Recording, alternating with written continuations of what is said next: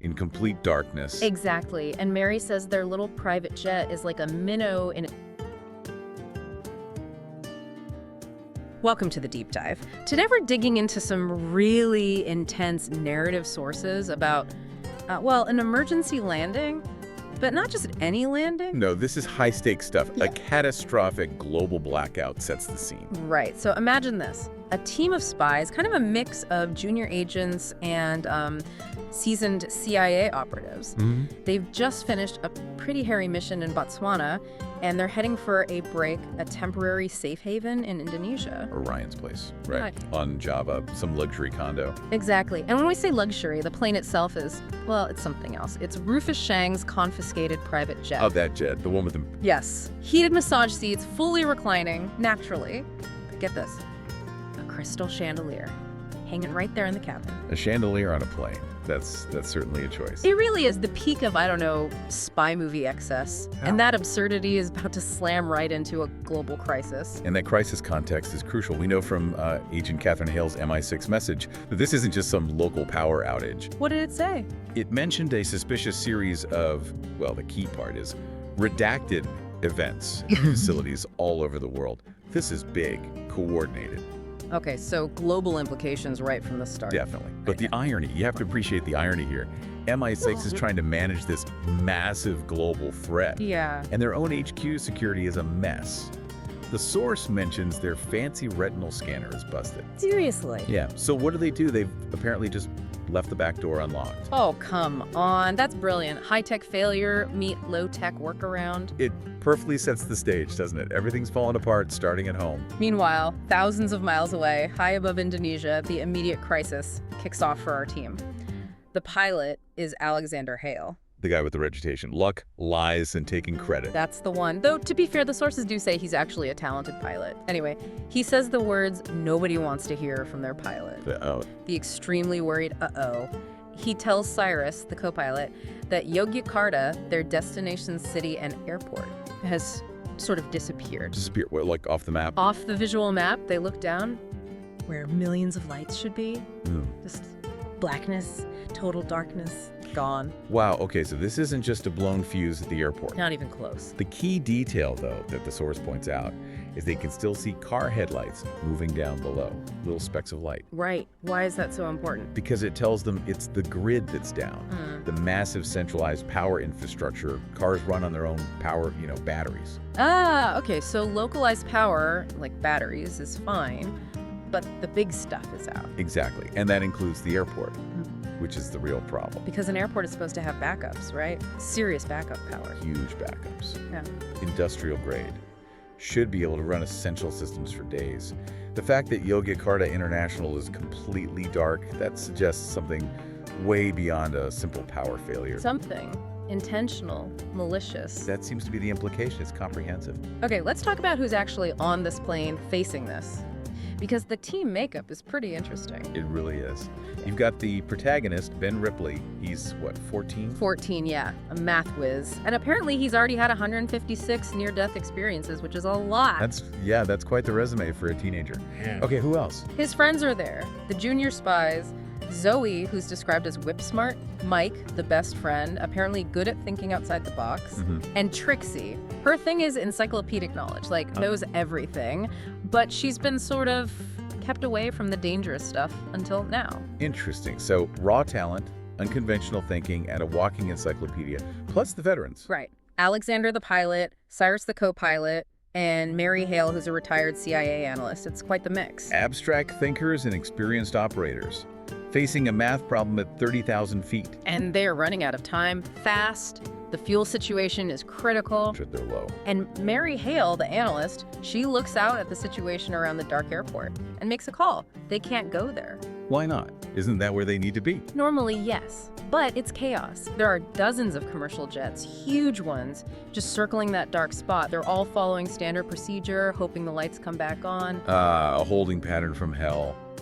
In complete darkness. Exactly. And Mary says their little private jet is like a minnow in a sea full of whales.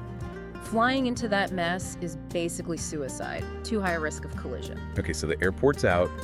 Now, this is where Mary really steps up, right? Big time. This is a major turning point in the source material. Leadership shifts. Mary realizes that traditional piloting skills, relying on ground control and visuals, are useless here. Because there is no ground control. They can barely see anything. Right. Survival now depends on processing the data from their own systems. Fast. So what does she do? She orders Cyrus, her own husband, remember, out of the co-pilot seat? Ouch. That had to be awkward. I imagine so. And she pulls Ben, the 14-year-old math kid, into the cockpit to replace him. Wait, really? She benches a veteran pilot for a teenager. That sounds risky. Like Hollywood risky. It sounds crazy, doesn't it? Putting everyone's lives on Ben's ability to do math under pressure. But the source argues it's actually logical. Ruthlessly so, maybe. In this specific situation, what they needed wasn't stick and rudder skills. They needed pure, fast calculation. Processing all that sensor data. Exactly. Velocity, size, direction of all those other planes. Yeah. Ben's brain, tuned for abstract math, was apparently the best tool they had for navigating that invisible line field. It was about processing speed. Math over muscle, as you said. Okay, so Ben's now in the hot seat. What's he looking at? He's facing this incredibly advanced heads-up display, the HUD, just overloaded with information. And Alexander, the pilot, helps him get set up. Yeah, he pulls up the crucial display, a 3D map showing all the nearby aircraft, little blips with vectors showing where they're going, how fast, how big they are. So Ben basically becomes their own air traffic controller in his head, using calculus. Pretty much. And he has to be right, instantly, because almost immediately danger. A huge passenger jet, one of those whales, is coming right at them, descending. How's it described? Like a battleship bearing down on a rowboat. Yeah. Just this massive thing appearing out of the dark. Okay, terrifying. What does Ben do? He scans the 3D map, does the mental calculation, and just points, shouts, down that way. And Alexander reacts? Instantly. Yanks the jet into this violent dive, super abrupt. So much so that Cyrus, who just got kicked out of his seat and probably wasn't strapped in tight, Oh, no. he flies up and actually hits the ceiling. Cursing, apparently. Oof. But they avoid the collision. They do. The dive works. But now they're in turbulence, fighting to stabilize, and you get this perfect, absurd detail. The chandelier. The crystal chandelier. Still hanging there. After a dive that sent a grown man into the roof, how did it not shatter? It seems unlikely, I agree. But narratively, it's brilliant. The source says it's jangling like the world's most expensive set of wind chimes. Huh. That's incredible. It's the sound of their ridiculous luxury, rattling against the absolute desperation of their situation. High life meets global collapse. Status anxiety in the apocalypse, indeed. Okay, so they dodged the mid-air collision, but the dive brought them low, right? Dangerously low. Alexander levels off at only 1,000 feet. And now the ground is the problem. Exactly. Ben checks another screen, the topography map, and it's showing lots of large lumps ahead. Big red warnings. Mountains. Dead ahead. So another calculation. Quick recalculation. Ben calls for a hard right turn. Alexander executes, and they shift the mountains off their path. But just as they clear that threat, Something else. There's always something else. an urgent beeping starts. The fuel gauge. Ah, the inevitable. How bad is it? Alexander confirms. 2 minutes of fuel left, max. And that's only if they fly gently. No more aggressive moves. 2 minutes. They need to land now. What are the requirements? Mary says they need a flat stretch, at least a quarter-mile long. Okay, options. Roads, fields. Roads are out. Mary points out they're completely clogged with cars.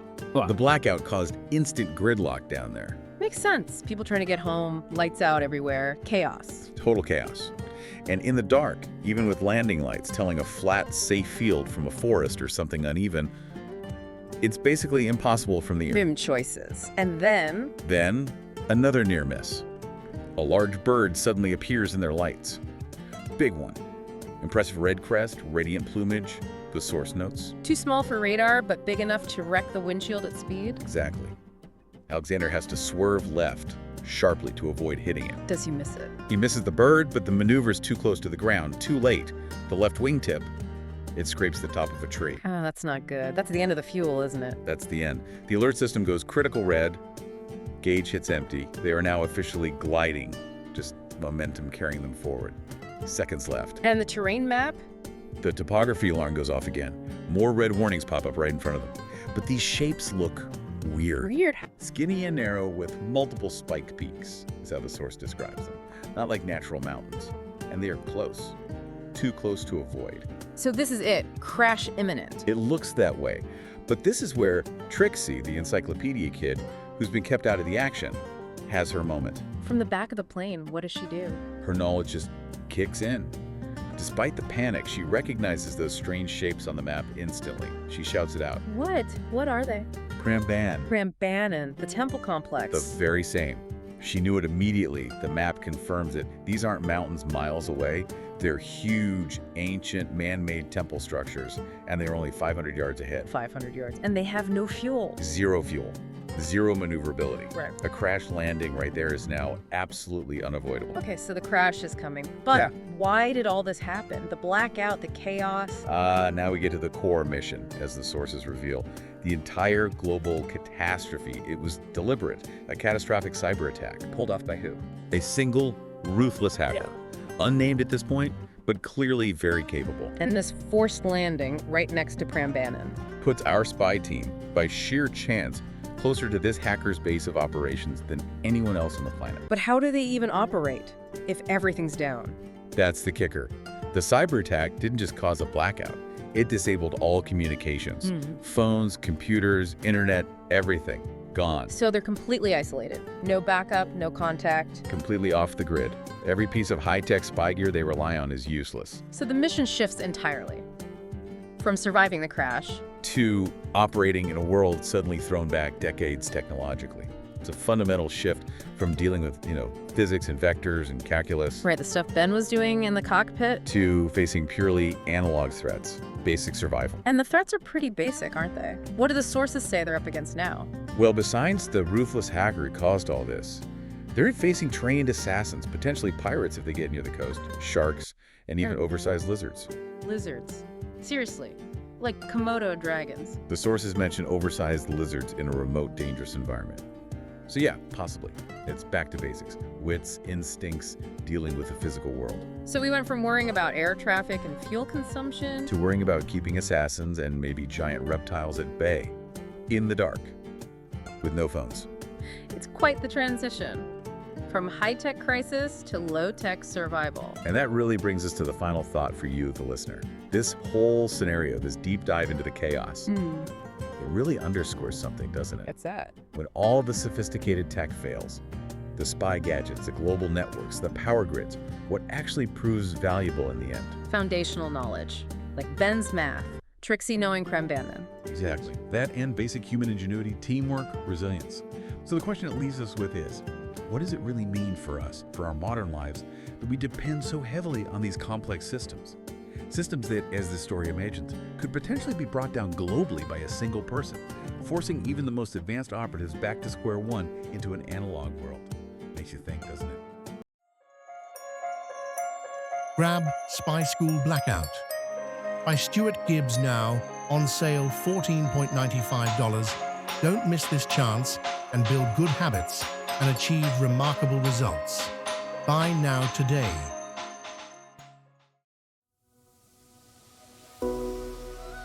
Like and subscribe for more Bookhaven podcasts.